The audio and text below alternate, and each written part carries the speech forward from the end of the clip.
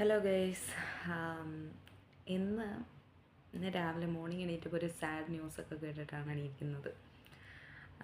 Sad news എന്ന് പറഞ്ഞു കഴിഞ്ഞാൽ കുട്ടികളുടെ സൂയിസൈഡ്. അതാണ് എനിക്കിന്ന് സംസാരിക്കാൻ തോന്നുന്ന ഒരു സബ്ജക്റ്റ്. എനിക്കറിയാവുന്ന ഒരു കുട്ടി ഇന്ന് സൂയിസൈഡ് ചെയ്തു, ഒരു കൊച്ച. ഈ ഇന്ന് എനിക്ക് ഒരുപാട് വിഷമത്തോടെ ഞാനിതിനെപ്പറ്റി സംസാരിക്കുന്നത്. ഇതിൽ എന്തെങ്കിലും ഒരു മാറ്റം വേണം. ഇങ്ങനെ നമ്മൾ എല്ലാ ദിവസവും എഴുന്നേൽക്കുമ്പോൾ ഒന്നെങ്കിൽ പഠിച്ചുകൊണ്ടിരിക്കുന്ന പിള്ളേരെ സൂയിസൈഡ് ചെയ്യുന്നു, കല്യാണം കഴിപ്പിച്ച് വിട്ട ആൾക്കാരെ സൂയിസൈഡ് ചെയ്യുന്നു, പോരാത്തതിന് ആക്സിഡൻറ്റ് വഴി ഇങ്ങനെയൊക്കെ മരിക്കും. എല്ലാവരും മരിക്കത്തില്ലെന്നല്ല, പക്ഷേ ഇങ്ങനെ ആയുസ്സെത്താതെ മരിക്കുന്നതിനെ പറ്റി ഒന്ന് സംസാരിക്കണമെന്ന് തോന്നി. കാരണം കുഞ്ഞുങ്ങൾ ഞാൻ ചിന്തിക്കുന്ന ഒരു കാര്യം, നമ്മൾ 90s കിഡ്സ്, നമുക്ക് എത്രത്തോളം വിഷമങ്ങൾ നമ്മൾ സഹിച്ചിട്ടുണ്ട്. നമ്മുടെ കുഞ്ഞിലെ ആകട്ടെ വലുതാകട്ടെ ഒക്കെ നമ്മളൊക്കെ മരിക്കണമെങ്കിൽ ഒരു 100 പ്രാവശ്യം മരിക്കേണ്ടുന്ന സമയം കഴിഞ്ഞിട്ടുണ്ടാവും. ഇപ്പോഴും സ്ട്രഗിൾസിലോട്ട് പൊക്കോണ്ടിരിക്കുന്നവരുണ്ട്. അവർ പോലും എന്തുകൊണ്ട് അവർക്ക് സൂയിസൈഡ് ചെയ്തുകൂടെ? നമുക്ക് ഈ സൂയിസൈഡിൻ്റെ പോയിന്റിലോട്ട് എല്ലാവരും പോകുമ്പം എപ്പോഴും ചിന്തിക്കുക, ആ ഒരു ടൈം കഴിഞ്ഞു കഴിഞ്ഞാൽ അത് കഴിഞ്ഞു. ആ സമയത്തുണ്ടാകുന്ന ടെൻഷൻ, ഫ്രസ്ട്രേഷൻ, വിഷമം, നമുക്കാരും ഇല്ല എന്നുള്ള തോന്നൽ, ഇതൊക്കെ ആയിരിക്കും നമ്മളെ ആ ഒരു നെഗറ്റിവിറ്റിയിലോട്ട് ചെന്നെത്തിക്കുന്നത്. എല്ലാവരും പറയും ദൈവമുണ്ട്, ദൈവമില്ല, സാത്താനുണ്ട്, സാത്താനില്ല എന്നൊക്കെ പറയുന്ന ഒരുപാട് പേരുണ്ട്. പക്ഷേ ഒന്ന് ചിന്തിച്ചാൽ ഒരു പക്ഷേ നമ്മളെയൊക്കെ പിടിച്ചു നിർത്തിയേക്കുന്ന ഒരൊറ്റ കാര്യം എന്ന് പറയുന്നത് പ്രാർത്ഥനയും നമ്മളെ തന്നെ ഉള്ളൊരു സെൽഫ് റെസ്പെക്റ്റ് ഒക്കെ തന്നെ ആയിരിക്കും. നമ്മൾക്കൊക്കെ മരിച്ചു പോകാൻ, അല്ലെങ്കിൽ എന്താ പറയുന്ന, ഇതൊന്നും ചെയ്യാതിരിക്കാൻ ഒക്കെ കിട്ടുന്ന ഒരു സ്ട്രെങ്ത്. ഈ കുട്ടികളിൽ എന്താ ഇപ്പം ഇങ്ങനെ? അപ്പം നമ്മുടെ പ്രശ്നമാണോ, നമ്മുടെ എന്തെങ്കിലും പ്രശ്നമാണോ? ഇതിനെ കറക്റ്റായിട്ടൊന്ന് അനലൈസ് ചെയ്യണ്ടേ? നമ്മൾ അതിനെപ്പറ്റി ഒന്ന് ചിന്തിക്കണ്ടേ? എന്താ നമ്മുടെ മക്കളടുത്തൊന്നും പറയാൻ പറ്റത്തില്ലയോ? അല്ലെങ്കിൽ എന്താ ഇപ്പോഴത്തെ സോഷ്യൽ മീഡിയയുടെയൊക്കെ പ്രശ്നങ്ങളാണോ? അതോ അവർക്ക് ആ ടോളറൻസ് ഇല്ലേ? അല്ലെങ്കിൽ ഈ ടോളറൻസ് എങ്ങനെ ഉണ്ടാക്കിയെടുക്കാം പിള്ളേരിൽ? ഇതിനെ പറ്റിയൊക്കെ നമ്മൾ സംസാരിക്കേണ്ടുന്ന ഒരുപാട് സമയം കഴിഞ്ഞു. നമ്മൾ ചിലപ്പോൾ ഈ 90s കിഡ്സ് നമ്മൾ അനുഭവിച്ച പ്രശ്നങ്ങൾ നമ്മുടെ മക്കൾക്ക് ഉണ്ടാവരുത് എന്നുള്ള ഇതിലായിരിക്കും നമ്മൾ ഇപ്പോഴും സ്ട്രഗിൾ ചെയ്തുകൊണ്ടിരിക്കുന്നത്. പക്ഷേ അത് അവർക്ക് എത്രത്തോളം നമ്മൾ ഉദ്ദേശിക്കുന്ന ലെവലിൽ തന്നെയാണോ അവർക്കത് കിട്ടുന്നത് എന്നുള്ളതിനെ പറ്റി നമ്മൾ അനലൈസ് ചെയ്യണം. ഇപ്പം നമുക്ക് പണ്ട് കാറില്ലായിരുന്നു, പക്ഷെ നമ്മളിപ്പം ഇല്ലാത്ത പൈസ ഉണ്ടാക്കി നമ്മളൊരു കാറ് വാങ്ങിച്ച് നമ്മുടെ മക്കൾക്ക് സ്ട്രഗിൾ വരരുത് എന്ന് പറഞ്ഞ് നമ്മൾ നോക്കുന്നുണ്ട്. പക്ഷെ അത് ആ കുഞ്ഞിൻ്റെ ലൈഫിൽ അത് എത്രത്തോളം എഫക്റ്റീവ് ആവുന്നുണ്ട് എന്നുള്ളത് നമ്മൾ ചിന്തിക്കണം. നാളെ ഒരു സമയത്ത് അവൻ ഇതില്ലാതെ വരുമ്പോൾ അവൻ അതിൻ്റെ ആ ബുദ്ധിമുട്ടിനെ ഫേസ് ചെയ്യാൻ പറ്റുന്നുണ്ടോ എന്നുള്ളത്. നമുക്ക് പറ്റും, കാരണം നമുക്കിതില്ലായിരുന്നു, എന്നാൽ ഇപ്പോൾ ഉണ്ട്. അപ്പോൾ ഇല്ലായ്മയും ഉള്ളതും നമ്മൾ അനുഭവിക്കുന്നതുകൊണ്ട് നമുക്കത് എങ്ങനെ പോകാമെന്നറിയാം. പക്ഷേ ഇപ്പോഴത്തെ പിള്ളേർക്കത് അറിയത്തില്ല. അത് നമ്മൾ പഠിപ്പിക്കേണ്ടുന്ന ഒരാവശ്യമുണ്ട്. ഇപ്പോൾ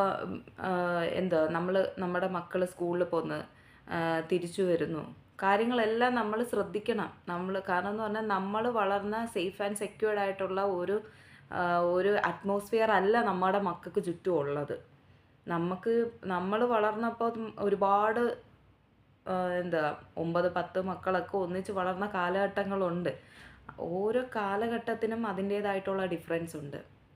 നമ്മളിപ്പോൾ ചിന്തിക്കുന്ന കാര്യങ്ങൾ, ഇപ്പോൾ എൻ്റെ മോനൊക്കെ അവന് 6 വയസ്സാവുന്നേ ഉള്ളൂ. അപ്പോൾ അവൻ പോലും അവൻ്റെ ചിന്താഗതിയും എൻ്റെ ചിന്താഗതിയും വെച്ച് നോക്കുമ്പോൾ ഞാനൊക്കെ ഇപ്പോൾ ചിന്തിക്കുന്ന കാര്യങ്ങൾ അവൻ ഈ ചെറിയ പ്രായത്തിലേ അവൻ ചിന്തിക്കുന്നുണ്ട്. എൻ്റെ മനസ്സിലൊക്കെ ഒരു വീട് വേണം, ഇത് വേണം, അങ്ങനെയൊക്കെ ചിന്തിക്കുന്നത് ഈ ഒരു ഏജിലൊക്കെ തന്നെയാണ് ചിന്തിക്കുന്നത്. കൊച്ചു പിള്ളേർ അങ്ങനെയല്ല. അവർക്കെല്ലാം നമ്മുടെ മീഡിയയിൽ നിന്ന് കിട്ടുന്നുണ്ട്. അവർ അവർക്ക് കാണുന്നുണ്ട്, അവരെ കൂടെ പഠിക്കുന്നവർ കാര്യങ്ങൾ എല്ലാം ഉണ്ട്. അപ്പോൾ അവർക്കെല്ലാം അറിയാം. അപ്പോൾ അവർ തന്നെ ചിന്തിക്കുന്നുണ്ട്. എൻ്റെ മോൻ തന്നെ പറയും, എനിക്ക് ഇത്ര വലിയ വീട് വേണം, ഇത്ര ഇത് വേണം, ഇങ്ങനെയൊക്കെ പറയുന്നുണ്ട്. അപ്പോൾ ഞാൻ പറഞ്ഞു വരുന്നത് വേറൊന്നുമല്ല, എന്താണ് ഇതിൻ്റെ കറക്റ്റ് കോസ്, എന്താണ് ഇതിൻ്റെ കാരണങ്ങൾ, എന്തുകൊണ്ടാണ് ഒന്ന് രണ്ട് കാര്യങ്ങൾ ഞാൻ പറയാം. ഒന്നാമത്തെ കാര്യം, നല്ലൊരു സുഹൃത്തിനെ കണ്ടെത്തുക, ഒരു നല്ലൊരു ഫ്രണ്ടിനെ. അത് നമുക്ക് ചിലപ്പോൾ നമ്മുടെ പേരൻസ് ആകാം, അല്ലെങ്കിൽ മറ്റൊരു ഫ്രണ്ടാകും, ട്രസ്റ്റഡ് ആയിട്ടുള്ള. നമുക്ക് എല്ലാ കാര്യങ്ങളും പറയുന്നത്, പണ്ടൊക്കെ നമ്മളെ കൊണ്ട് ഡയറി എഴുതിപ്പിക്കുമല്ലോ, എല്ലാ ഡയറിയും എല്ലാ ദിവസവും ഇന്ന് ഇങ്ങനെ ഇങ്ങനെയൊക്കെയാണ്, നമുക്ക് നമ്മളെ തന്നെ സെൽഫായിട്ട് അറിയാൻ വേണ്ടിയിട്ടൊക്കെ എഴുതിപ്പിച്ചുകൊണ്ടിരുന്നത്. ഇപ്പം നമ്മൾ ആ എഴുത്തും കുത്തുകളൊക്കെ പോയല്ലോ. അപ്പോൾ അതിന് പകരമാണ് നമുക്കൊരു ഡയറി ഉണ്ടായിരിക്കണം. അതായിരിക്കണം നമ്മുടെ ഒരു ഫ്രണ്ട്. എല്ലാ ദിവസത്തെ കാര്യങ്ങളും നമ്മൾ അവരോട് പറയുകയും അവർ തിരിച്ചു പറയുകയും ചെയ്യുമ്പോൾ നമുക്ക് അങ്ങോട്ടും ഇങ്ങോട്ടും സംസാരിക്കുന്നതിൽ തന്നെ കുറച്ചൊരാശ്വാസം കിട്ടും. എനിക്ക് അങ്ങനെ ഒരാളുണ്ട്, എൻ്റെ സൂസൻ. അപ്പോൾ അതിൽ നിന്ന് ഞാൻ മനസ്സിലാക്കിയ ഒരു കാര്യമാണ്, ഞാൻ അവളുടെ അടുത്ത് സംസാരിക്കുമ്പോൾ എനിക്ക് എത്ര വിഷമം വന്നാലും ഞാൻ ഓടി അവളുടെ അടുത്ത് വരും. അപ്പോൾ അവളുടെ അടുത്ത് സംസാരിക്കുമ്പോൾ കിട്ടുന്ന ഒരു സമാധാനം എന്ന് പറഞ്ഞാൽ ഉണ്ടല്ലോ, അതെനിക്ക് എക്സ്പ്ലെയിൻ ചെയ്യാൻ പറ്റത്തില്ല. അതേപോലെ അഡ്വൈസും. അത് നമ്മൾ നല്ല ഫ്രണ്ടിനെ ചൂസ് ചെയ്യാൻ വേണ്ടിയിട്ട് ശ്രമിക്കണം. അതുപോലെ തന്നെ അവളുടെ മുഖം മാറുമ്പോൾ എനിക്കത് മനസ്സിലാവും. അപ്പോൾ ഞാനത് പറയൂടി, നീ ഇങ്ങനെ ചെയ്ത് നോക്കടാ, അല്ലെങ്കിൽ ഇങ്ങനെ ചെയ്യുക. അതാ ഞാൻ പറഞ്ഞത്, നല്ലൊരു ഫ്രണ്ടിനെ ചൂസ് ചെയ്യാം. നമുക്കൊരു നാശം വരും എന്ന് ചിന്തിക്കുന്ന ഒരാളല്ല, നമ്മുടെ നന്മയെ മാത്രം കാണുന്ന ഒരാൾ. അങ്ങനെ ഒരു ഫ്രണ്ടിനെ കണ്ടെത്താനായിട്ട് ശ്രമിക്കുക. ഇപ്പം എല്ലാ ദിവസവും നമ്മുടെ കാര്യങ്ങൾ ഷെയർ ചെയ്യുമ്പോൾ, ഇപ്പോൾ എല്ലാവരും അവരവരെ ഒരു ബൗണ്ടറിക്കകത്ത് ഇങ്ങനെ ജീവിക്കുക. ഒരു വീട്, അതിനകത്ത് ഇങ്ങനെ കുറേ റീൽസ്, ഇങ്ങനെ ജോലി, പൈസ ഉണ്ടാക്കുന്നതിൻ്റെ ആവശ്യം, പൈസ ഉണ്ടാക്കുന്നതിൻ്റെ കാര്യങ്ങൾക്കൊക്കെ ഉള്ള ഓട്ടം, ഈ മക്കൾ ഇതിൻ്റെ അകത്തൊക്കെ തന്നെ ഇങ്ങനെ ഇടുങ്ങിക്കൂടിയിരിക്കുന്ന അവസ്ഥയൊക്കെ ഇതൊക്കെ തന്നെയാണ്. അപ്പോൾ ഇതിൽ നിന്നൊക്കെ ഇച്ചിരി കൂടെ ബെറ്റർ ആയിട്ടുള്ള കാര്യങ്ങളെ പറ്റി നമ്മൾ ചിന്തിക്കണം. അപ്പം ഞാൻ പറയുന്നതിൽ കുറേയൊക്കെ തെറ്റുണ്ടായിരിക്കാം, നിങ്ങളുടെ സജഷൻ കൂടി തരണം. കാരണം നിങ്ങൾ കമൻസിൽ മെസ്സേജ് അയയ്ക്കുക, എന്താണ് നമുക്ക് ചെയ്യാൻ പറ്റുന്നത്, ഇത് എങ്ങനെയൊക്കെ നമുക്ക് എന്തൊക്കെ ടെക്നിക്ക് വഴി എല്ലാം നമുക്ക് റിസർച്ച് ചെയ്തെടുത്താൽ ഇതിനെല്ലാം സൊല്യൂഷൻസ് ഉണ്ട്. അതാ ഞാൻ പറഞ്ഞത്, ട്രസ്റ്റഡ് ആയിട്ടൊരു ഫ്രണ്ടിൻ്റെ അടുത്ത് നമുക്ക് എല്ലാം പറയാൻ പറ്റുക. പിന്നെ എല്ലാത്തിനെയും ഒന്നിനെയും നമ്മൾ അമിതമാക്കരുത്. ഈ പണ്ടുള്ളവർ പറയുമല്ലോ, അധികമായ അമൃതം വിഷമാണ്. അപ്പം അതുകൊണ്ട് നമുക്ക് അമിതമാവരുത് ഒന്നിനെ പറ്റി. ഇപ്പം ഒരു പ്രേമബന്ധം വഴി ഒരാൾ വന്ന് സൂയിസൈഡ് ചെയ്യുന്നത്, അത് മാത്രമല്ല നിൻ്റെ ലൈഫ്. അതല്ല നിൻ്റെ ലൈഫ്. ആ തിരിച്ചറിവ് നമുക്കുണ്ടായിരിക്കണം. നമ്മൾ അയാളെ സ്നേഹിക്കുന്നുണ്ട്, അയാളെ സ്നേഹിക്കുന്നതിനേക്കാൾ കൂടുതൽ നമ്മളെ സ്നേഹിച്ചാൽ ഒരിക്കലും നമുക്ക് സൂയിസൈഡിലോട്ട് പോകാൻ തോന്നത്തില്ല. അതാ ഞാൻ പറഞ്ഞ സെൽഫ് റെസ്പെക്റ്റ് എന്ന് പറഞ്ഞത്. നമുക്ക് നമ്മളോടൊരു സ്നേഹം ഉണ്ടായിരിക്കണം. ആദ്യത്തെ സ്നേഹം നമ്മളോടാണ് ഉണ്ടായിരിക്കേണ്ടുന്നത്. എനിക്ക് എന്നോട് സ്നേഹം ഉണ്ടെങ്കിൽ എനിക്ക് നമ്മുടെ എല്ലാവരുടെയും ലൈഫ് സ്ട്രഗിൾഫുള്ളായിരിക്കും. സന്തോഷം വരും, സങ്കടം വരും, സന്തോഷം വരും, സങ്കടം വരും. ഇത് തന്നെയായിരിക്കും നമ്മുടെ എല്ലാവരുടെയും ലൈഫ്. ഇന്നത്തെ വഴി ആയിരിക്കത്തില്ല നാളത്തെ വഴി. നമ്മുടെ ബുദ്ധിയിൽ തോന്നാത്ത കാര്യങ്ങൾ ചിലപ്പം നമ്മളൊന്ന് വെയിറ്റ് ചെയ്താൽ നാളെ അത് നമുക്കത് മനസ്സിലാക്കാൻ പറ്റും, ഇല്ലേ? ഇന്നിപ്പോൾ ഒരിത് എനിക്ക് പേ ചെയ്യണം, അടയ്ക്കണം. പക്ഷേ എനിക്ക് ഇന്ന് അതെൻ്റെ കയ്യിലില്ല, ഞാൻ അതുമായിട്ട് സ്ട്രഗിൾ ചെയ്യുന്നുണ്ടായിരിക്കും. പക്ഷേ അത് ഓർത്തിട്ട് ഞാൻ ഓടിപ്പോയി എൻ്റെ ലൈഫിനെ നശിപ്പിച്ച് കളഞ്ഞാൽ അവിടെ പോയി തീർന്നു. നമുക്ക് ഈ സ്ട്രെസ്സിനെ ടോളറേറ്റ് ചെയ്യാൻ പഠിക്കണം. എങ്ങനെയാണ് നമ്മൾ സ്ട്രെസ്സ് ടോളറേറ്റ് ചെയ്യാൻ പറ്റുന്നത്? കരയാൻ പറ്റുമ്പോൾ കരയണം. കരച്ചിലാണ് വരുന്നേ, കരയണം. പിന്നെ പ്രാർത്ഥിക്കണം. എല്ലാവരും നിരീശ്വരവാദിത്തരവും എല്ലാം പറയുന്നുണ്ട്. അതെല്ലാവരും അവരവരുടെ ഒരു ഇതാണ്. എല്ലാവരും ഒരേപോലെ ആയിരിക്കത്തില്ല. ചിലർ ഇച്ചിരി കൂടെ ബോൾഡായിരിക്കും. അപ്പോൾ അവർക്ക് അവരോട് തന്നെ ആ ഒരു ബോൾഡ്നെസ് ഉള്ളതുകൊണ്ടായിരിക്കും ചിലപ്പോൾ അവർ മറ്റൊന്നിലേക്ക് ആശ്രയിക്കാത്തത്. പക്ഷേ ചിലരങ്ങനെയല്ല, ദൈവത്തിൽ ആശ്രയിക്കും. ഞാൻ ദൈവത്തിൽ ആശ്രയിക്കുന്ന ഒരാളാണ്. എനിക്ക് ദൈവത്തിൽ ആശ്രയിക്കുമ്പോൾ കിട്ടുന്ന ഒരു സ്ട്രെങ്തിൻ്റെ അപ്പുറം മറ്റൊന്നില്ല. എന്ത് വിഷമം വന്നാലും എൻ്റെ വലതുവശത്ത് എൻ്റെ ദൈവം ഉണ്ട് എന്നെ സഹായിക്കാൻ. എനിക്ക് ഇന്ന് ഈ പ്രശ്നം ഉണ്ടെങ്കിൽ പുള്ളിയാണ് എനിക്ക് ലൈഫ് വന്നത്. ഞാൻ വെറുതെ ഇങ്ങ് ജനിക്കുമോ? ഇല്ല, പുള്ളിക്ക് എന്നെപ്പറ്റി എന്തോ ഒരു പദ്ധതി ഉണ്ട്. അതുകൊണ്ടാണ് ഞാൻ ഇതിലെല്ലാം പൊക്കോണ്ടിരിക്കുന്നത്. അപ്പോൾ അതിലെല്ലാം എനിക്ക് ചെയ്യാനുള്ള സ്ട്രെങ്തും എവിടെ നിന്ന് കിട്ടും? ദൈവത്തിൽ നിന്ന് കിട്ടും എന്നുള്ളൊരു വിശ്വാസം എനിക്കുണ്ട്. ആ വിശ്വാസത്തിന് ഉണ്ടാക്കി കൊടുക്കുക. അതായത് എല്ലാ റിലീജിയൻസും എല്ലാവർക്കും കൊടുക്കുന്ന ഒരു മെസ്സേജ് എന്ന് പറയുന്നത്, നമ്മുടെ ഈ ലൈഫ് നമുക്ക് മുന്നോട്ട് കൊണ്ടുപോകണം. അതിനെന്തൊക്കെ നമുക്ക് വേണം, എന്തൊക്കെയാണ് നമ്മൾ ചെയ്യേണ്ടുന്നത് എന്നുള്ള കാര്യങ്ങൾ കുഞ്ഞുങ്ങളെ പഠിപ്പിച്ചെടുക്കുക. കാരണം നമ്മൾ സഹിച്ച് നമ്മുടെ മക്കൾ വിഷമിക്കരുത് എന്തും പറഞ്ഞിട്ടാണ് നമ്മൾ മക്കളെ വളർത്തിക്കൊണ്ട് വരുന്നത്. പക്ഷെ അവിടെ ഒരു പ്രശ്നം എന്ന് പറഞ്ഞാൽ നമ്മൾ ഇല്ലാണ്ടായി പോയി കഴിഞ്ഞാൽ പിന്നെ അവരെങ്ങനെ ജീവിക്കും? അവരും ഒരു പേഴ്സണാലിറ്റി അല്ലേ? അവർക്കും ജീവിക്കണ്ടേ? ഈ നമ്മൾ അനുഭവിച്ച വിഷമവും സങ്കടവും സന്തോഷവും എല്ലാം അവരും അനുഭവിക്കാൻ വേണ്ടിയിട്ടുള്ളതാ. അപ്പം നമ്മുടെ ഒരു കപ്പാസിറ്റി കഴിഞ്ഞിട്ട് അപ്പുറത്തേക്ക് ചെയ്യാൻ പറ്റാണ്ട് വരുമ്പോൾ അത് പിള്ളേരിലേക്ക് അഫക്റ്റ് ആവും. പിള്ളേരത് തിരിച്ചറിയാൻ തുടങ്ങും വിഷമങ്ങൾ. ഇപ്പം ഇത്രയും കാലം വരെ നമ്മൾ വിഷമം അറിയിക്കാതെ കൊണ്ടുവന്നുകൊണ്ടിരിക്കുന്ന മക്കൾക്ക് ആ വിഷമം അറിഞ്ഞു തുടങ്ങുമ്പോൾ അവർക്കത് ടോളറേറ്റ് ചെയ്യാൻ പറ്റത്തില്ല. അവർക്ക് അവർക്ക് അവർക്ക് നമ്മൾ ചിന്തിക്കുന്നതിനേക്കാളും വലിയൊരു ഒരു ഇതായിരിക്കും അവർക്കുണ്ടാകുന്നത്. അപ്പം പിള്ളേരെ എല്ലാം മനസ്സിലാക്കി പഠിപ്പിക്കാനായിട്ട് ശ്രദ്ധിക്കുക ഒന്ന്. പിന്നെ ഈ ഷെയർ ചെയ്യുക. എന്താണ് നമ്മുടെ പ്രശ്നം, ഈ കറക്റ്റ് കോസ് അറിഞ്ഞാലേ അതിനെ ട്രീറ്റ് ചെയ്യാൻ പറ്റത്തുള്ളൂ നമ്മൾ പറയത്തില്ലേ? എന്താണ് പ്രശ്നം എന്നറിഞ്ഞാലേ അതിനൊരു സൊല്യൂഷൻ നമുക്ക് കണ്ടെത്താൻ പറ്റത്തുള്ളൂ. അതുകൊണ്ട് സംസാരിക്കുക. നമുക്കൊരു ട്രസ്റ്റഡ് ആയിട്ടുള്ള ഒരു ഫ്രണ്ട് ഉണ്ടെങ്കിൽ അവരോട് സംസാരിക്കുക. ഇല്ലെങ്കിൽ നമ്മുടെ പാരൻസിനോട് കാര്യങ്ങൾ പറയുക. പിന്നെ ടീച്ചേഴ്സ്, പിള്ളേർ പോകുന്നിടങ്ങളെല്ലാം ശ്രദ്ധിക്കുക. എന്താണ് പിള്ളേർ എവിടെയാണ് ആരൊക്കെ ആയിട്ടാണ് മീറ്റ് ചെയ്യുന്നത്, എന്താണ് അവരെ പ്രശ്നം, അവരെന്താണ് ഫേസ് ചെയ്യുന്നത്, എന്താണ് വിഷമം എന്നുള്ളത് അറിയുക. 10 റീല് നമ്മൾ നോക്കുന്ന ടൈമിൽ ഒരു 5 റീല് നോക്കുന്ന ടൈം നമ്മൾ അവരുടെ അടുത്ത് സംസാരിക്കാനായിട്ട് എടുക്കുക. അപ്പോൾ സംസാരിക്കുമ്പോൾ പിന്നെ നമ്മൾ അവരുടെ അടുത്ത് സംസാരിക്കുമ്പോൾ ഉള്ളൊരു കാര്യം എന്ന് പറഞ്ഞാൽ ഇതാ, മനസ്സിലാക്കി കൊടുക്കുക. എടാ നീ ഇല്ലെങ്കിൽ നീ അല്ലാതെ എനിക്ക് വേറെ ആരും ഇല്ല. മോൻ്റെ അടുത്ത് പറഞ്ഞു കൊടുക്കേണ്ട കാര്യമാണ്, അല്ലെങ്കിൽ മോളുടെ അടുത്ത് പറഞ്ഞു കൊടുക്കേണ്ട കാര്യമാണ്. നീ ഇല്ലെങ്കിൽ എനിക്ക് ജീവിക്കാൻ പറ്റത്തില്ല, നിന്നെ എനിക്ക് വേണം, നിന്നെ ഞാൻ ഇങ്ങനെ ഈ കഷ്ടപ്പാടിലൂടെ വളർത്തിയാണ് ഞാൻ നിന്നെ കൊണ്ടുവരുന്നത്. അപ്പോൾ അതുകൊണ്ട് എനിക്ക് നിന്നെ വേണം. നിനക്ക് എന്ത് വന്നാലും നീ ആദ്യം എന്നെ ഓർക്കണം, എൻ്റെ അടുത്ത് നീ പറയണം, അത് കഴിഞ്ഞിട്ടേ നീ ഒരു തീരുമാനം എടുക്കാവുള്ളൂ എന്നുള്ള ആ ഒരു ബോണ്ടിങ് മക്കളുമായിട്ട് വെക്കാനായിട്ട് ശ്രദ്ധിക്കണം. എന്ത് പ്രശ്നം വന്നോ ഞാനുണ്ട് നിനക്ക്. ഈ ഞാനുണ്ട് എന്ന് പറയുന്ന ഈ ഒരു കുഞ്ഞു വാക്കിലെല്ലാം ഉണ്ട്.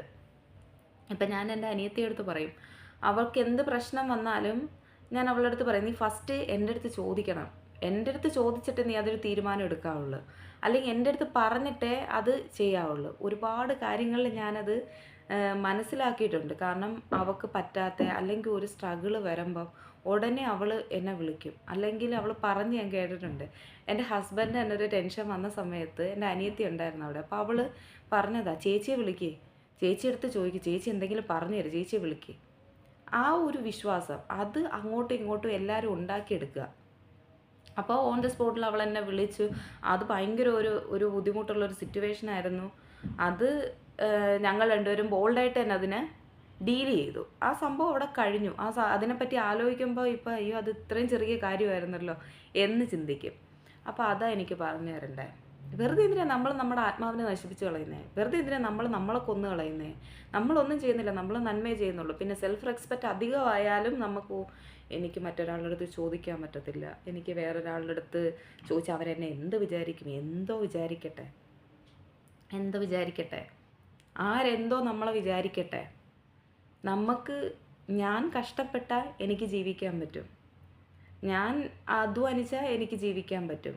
അയ്യോ എന്നെ അയാൾ അങ്ങനെ പറഞ്ഞതുകൊണ്ട് എൻ്റെ ജീവിതം ഇങ്ങനെ ആയിപ്പോയി, ഒന്നും ആയിപ്പോത്തില്ല. ഞാനാണ് എൻ്റെ ജീവിതം ഡിസൈഡ് ചെയ്യുന്നത്. ഞാൻ നല്ല വഴിക്ക് പോകണം, അല്ലെങ്കിൽ എനിക്ക് മുന്നേറണമെങ്കിൽ എനിക്ക് മുന്നേറാൻ പറ്റും. ഒറ്റ നിമിഷം മതി ഒരാളുടെ ജീവിതം മാറാൻ വേണ്ടിയിട്ട്, ഒറ്റ നിമിഷം. അത് മുകളിൽ നിന്നായാലും താഴെ നിന്നായാലും, മനസ്സിലായോ? എന്നുവെച്ചാൽ നമ്മൾ ഒന്നുമില്ലായ്മയെന്ന് നല്ലൊരു റേഞ്ചിലോട്ട് കയറിപ്പോണമെങ്കിലും ഒറ്റ നിമിഷം ചിലപ്പോൾ മതിയാവും. അതേപോലെ മുകളിൽ ഇരിക്കുന്ന ഒരാൾ ഒരു മുട്ടുസൂചിയുടെ ആവശ്യം മതിയായിരിക്കും താഴെ വരാൻ. അതെല്ലാം കർത്താവിൻ്റെ പ്രവൃത്തിയാണ്.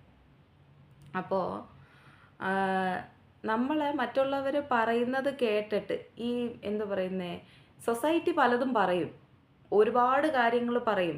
നീ നല്ലതല്ല, നീ ചീത്തയാണ്, നീ അങ്ങനെയാണ് ഇങ്ങനെയാണ്, നിൻ്റെ ലൈഫ് ഇല്ലാണ്ടായി പോയി, നിൻ്റെ ലൈഫ് ഇനി മുന്നോട്ട് കയറി പോകത്തില്ല, പിന്നെ അവളുടെ ലൈഫ് അങ്ങനായി പോയത് കൊണ്ട് അവൾക്ക് സങ്കടം വരുന്നതായിരിക്കും. അങ്ങനെയൊക്കെ പറയുന്ന ആൾക്കാരെ അങ്ങ് തട്ടി ദൂരെ എറിഞ്ഞു കളയുക. നമ്മളെ ഒന്ന് മാറ്റി വയ്ക്കുക. നെഗറ്റിവിറ്റി എവിടെ നിന്നൊക്കെ വരുമോ അതിനെയൊക്കെ അങ്ങ് നീക്കി വെച്ചേക്കുക. ആ നെഗറ്റിവിറ്റി ഒന്നും നമ്മളെടുക്കാൻ നടക്കണ്ട. ആ നെഗറ്റിവിറ്റി കൊണ്ട് ഒരു ആവശ്യവും ഇല്ല. എനിക്കെന്നെ അറിയാം, ഞാൻ എന്തുവാണെന്നറിയാം, എൻ്റെ എബിലിറ്റി എന്തുവാന്ന് എനിക്കറിയാം, ഇല്ലേ?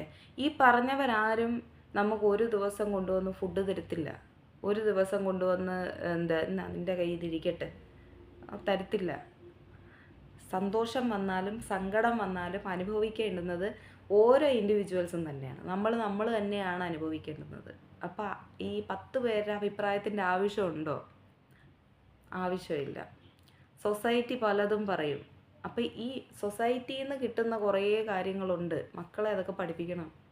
നമ്മളതൊക്കെ ഫേസ് ചെയ്തിട്ട് വന്നു. നമ്മളെ കുഞ്ഞിലേ നമ്മുടെ അപ്പനും ഉമ്മയൊക്കെ ആയിട്ട് ഇങ്ങനെ എന്താ പറയുന്നത്, എന്താ നമുക്കുണ്ടെങ്കിൽ ഉണ്ട്, ഇല്ലെങ്കിൽ ഇല്ല. ഈ അവസ്ഥ കണ്ടറിഞ്ഞ് വളർന്നു വരുന്ന മക്കളായതുകൊണ്ട് നമ്മൾ കഷ്ടപ്പാട് അനുഭവിക്കും. ഇനി എത്ര കഷ്ടപ്പാട് വന്നാലും നമ്മൾ അനുഭവിക്കും. അതിൽ നിന്ന് പിടിച്ചു കയറണമെങ്കിൽ ഈ തലയ്ക്ക് മുകളിൽ വെള്ളം വന്നാൽ അതിൻ്റെ മുകളിൽ നമ്മൾ പാലം കെട്ടും. പക്ഷേ കൊച്ചു പിള്ളേർ അങ്ങനല്ല. ഈ വളർന്നു വരുന്ന തലമുറ അങ്ങനല്ല. നമുക്കറിയാവുന്നത് അവർക്ക് അറിയത്തില്ല എന്നുള്ളത് നമ്മളറിയുക. നമുക്കറിയാവുന്നത് അവർക്ക് അറിയത്തില്ല. അപ്പം അത് നമ്മൾ അവരെ പഠിപ്പിച്ചു കൊടുക്കണം.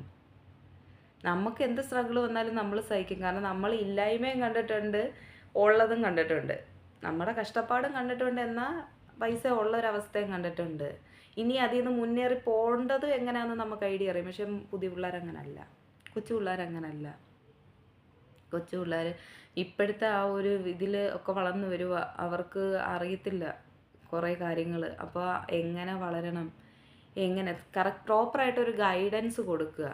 ഈ 10ാം ക്ലാസ് ജയിച്ച് ഫുൾ മാർക്ക് A+ കിട്ടി, +2 ജയിച്ച് ഫുൾ മാർക്ക് A+ കിട്ടി, ആ ലോകത്തിലാണ് മക്കളിരിക്കുന്നത്.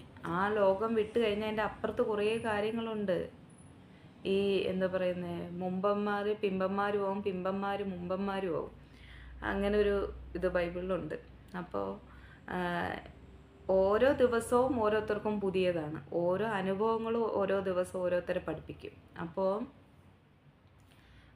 കൂടുതലും നമ്മുടെ ഒരു സർക്കിളിൽ ഉള്ളവരിൽ ഒരാത്മാവും നഷ്ടപ്പെട്ടു പോകാതിരിക്കട്ടെ. എന്നുവെച്ചാൽ സൂയിസൈഡ് ചെയ്യാതിരിക്കട്ടെ. സൂയിസൈഡൊക്കെ ചെയ്യുന്ന, ഞാൻ ആശുപത്രിയിൽ വർക്ക് ചെയ്യുന്നത്, അപ്പോൾ ഒരുപാട് പേര് ഇങ്ങനെ പേഷ്യൻസ് വരുന്നത് കണ്ടിട്ടുണ്ട്. അവരെ ഏത് കാറ്റഗറിയിലോട്ടാണ് കൊണ്ടുവന്നത്? സൈക്കാട്രിക് കാറ്റഗറിയിലോട്ടാണ് കൊണ്ടുവന്നത്. നമ്മുടെ മൈൻഡിന് അതിന് ടോളറൻസ് ഇല്ലാത്തത് കൊണ്ടാണ് നമ്മൾ സൂയിസൈഡിലും പറ്റി ചിന്തിക്കുന്നത്. അപ്പോൾ നമ്മളെ ആദ്യം ഈ എല്ലാത്തിലും ഇൻവെസ്റ്റ് ചെയ്യും. ഇൻവെസ്റ്റ് ചെയ്യാന്ന് വെച്ചാൽ എന്താ, പഠിക്കാൻ ഇൻവെസ്റ്റ് ചെയ്യും, ഡാൻസ് കളിക്കാൻ ഇൻവെസ്റ്റ് ചെയ്യും, എല്ലാത്തിലും നമ്മൾ അങ്ങോട്ടേക്ക് ഇൻവെസ്റ്റ് ചെയ്യും. ഇനി വേറെ ആർക്കെങ്കിലും എന്തെങ്കിലും ചെയ്തു കൊടുക്കാനാണെങ്കിൽ നമ്മുടെ ടൈം എനർജി അങ്ങോട്ടേക്ക് ഇൻവെസ്റ്റ് ചെയ്യും. കുറച്ച് നമ്മളിലേക്ക് ഇൻവെസ്റ്റ് ചെയ്യണം. അതാണ് സെൽഫ് റെസ്പെക്റ്റ് പെടുന്ന ഒരു കാര്യം. എനിക്കിഷ്ടപ്പെടുന്ന കാര്യങ്ങൾ കേൾക്കാനായിട്ട് ശ്രദ്ധിക്കുക. എനിക്കിഷ്ടപ്പെടുന്ന കാര്യങ്ങൾ, ഇപ്പോൾ പാട്ട് എനിക്കിഷ്ടമാണ്, കേൾക്കാൻ ടൈം കൊടുക്കുക. യോഗ എനിക്കിഷ്ടമാണ്, കൊടുക്ക് ടൈം. എനിക്കിനി ഓടാൻ ഇഷ്ടമുണ്ട്, കൊടുക്ക് ടൈം. അപ്പോൾ നമുക്ക് നമ്മളിലേക്ക് ടൈം കുറച്ച് കൊടുക്കും. നമ്മളെ സ്നേഹിക്കുമ്പോൾ നമുക്ക് നമുക്ക് നമ്മളോടൊരിഷ്ടം വരുമ്പോൾ എത്ര വലിയ പ്രശ്നങ്ങൾ വന്നാലും നമുക്കത് സിമ്പിളായിട്ട് ഡീൽ ചെയ്യാൻ പറ്റും. പിന്നെ ഞാൻ പറഞ്ഞില്ലേ, പ്രാർത്ഥിക്കാൻ സമയം കൊടുക്കുക. നമുക്ക് വേണ്ടിയിട്ടാണ് അത് കൊടുക്കുന്നത്. ഈ നമ്മൾ കുറേ റിസർച്ചുകൾ നടക്കുന്നുണ്ട്, സയൻറ്റിഫിക്കായിട്ട് കുറേ റിസർച്ചുകൾ നടക്കുമ്പോൾ അതിൽ പോലും പറയുന്നുണ്ട്, പ്രാർത്ഥിക്കുന്ന ഒരാളുടെ ബ്രെയിനിൻ്റെ ചേഞ്ചസും പ്രാർത്ഥിക്കാതെ ഒരാളിരിക്കുന്നതിൻ്റെ ബ്രെയിനിൻ്റെ ചേഞ്ചസ്. അങ്ങനെ ഒരുപാട് കാര്യങ്ങൾ സയൻറ്റിഫിക്കലി ചെയ്തിട്ടുണ്ട്. നമ്മളാകുന്ന ഒരു സിസ്റ്റത്തിനെ പ്രിപ്പയർ ചെയ്തൊരു ആൾ ദൈവമാണല്ലോ. പുള്ളി എന്തൊക്കെയോ നമ്മളിൽ ചെയ്തു വെച്ചിട്ടുണ്ട്. നമുക്കറിയാത്തത് കൊണ്ടാണ് നമ്മൾ പല കാര്യങ്ങളും കടന്ന് പറയുന്നത്. പ്രാർത്ഥിക്കേണ്ടുന്ന ആവശ്യവും എല്ലാവരിലും ഉണ്ട്. നമ്മുടെ മനസ്സിന് സന്തോഷവും നമ്മുടെ മനസ്സിന് സമാധാനവും. മഞ്ജു വാര്യർ പറഞ്ഞത് ഞാൻ ഓർക്കുന്നുണ്ട്, നമുക്ക് സ്വസ്ഥമായിട്ട് കിടന്നുറങ്ങാൻ പറ്റണം സമാധാനമായിട്ട്. അതാണ് നമ്മുടെ എന്താ പറയുന്നത്, അതാണ് ഒരു മനുഷ്യന് ഏറ്റവും കൂടുതൽ വേണ്ടുന്നത്. സന്തോഷവും സമാധാനമായിട്ട് കിടന്നുറങ്ങാൻ പറ്റണം. അത് എല്ലാവരിലും പറ്റത്തില്ല. അതിലോട്ട് ഇപ്പം പറ്റത്തില്ലെങ്കിൽ നമുക്ക് അതിലോട്ട് പറ്റണം. അതിലോട്ട് വരാൻ എനിക്ക് പറ്റണം. എന്നെക്കൊണ്ട് ചെയ്യാൻ പറ്റുന്ന ഒരുപാട് കാര്യങ്ങളുണ്ടാവും. അതിനെപ്പറ്റി നമ്മൾ തന്നെ റിസർച്ച് എടുക്കണം. നമ്മളെ കൊണ്ട് എന്ത് ചെയ്യാൻ പറ്റും, എനിക്കിത് ചെയ്യാൻ പറ്റും, അത് ചെയ്യാൻ പറ്റും. ഇനി എനിക്കെന്തോ സന്തോഷം കിട്ടണം, എനിക്ക് എന്തൊക്കെ ചെയ്ത് സന്തോഷം കിട്ടാമെന്നോ നല്ല വഴികൾ കേട്ടോ. ആ സന്തോഷ വഴികൾ അതിലോട്ട് ഇറങ്ങി ചെല്ലാനായിട്ട് നോക്കുക. അതിൻ്റെ മുന്നിൽ നിൽക്കുന്ന കുറേ കാര്യങ്ങളുണ്ട്. അതാണ് ഈ പറയുന്ന സൊസൈറ്റി.